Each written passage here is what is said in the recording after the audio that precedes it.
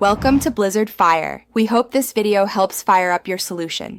You start by importing your footage into the media pool and placing it on a properly set timeline.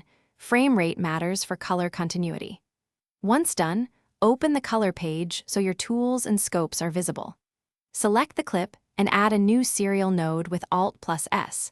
This isolates your filter from other grades, which makes corrections non-destructive. Make sure your project color space and any timeline LUT are set before heavy grading. This aligns your baseline, so the color filter behaves predictably. Now build the filter. Use the primary wheels to push a subtle tint, lift darks, gamma midtones, gain highlights, to keep contrast natural. Then add a hue versus hue or saturation curve when you need to shift or punch specific tones, because curves offer precise control without affecting everything.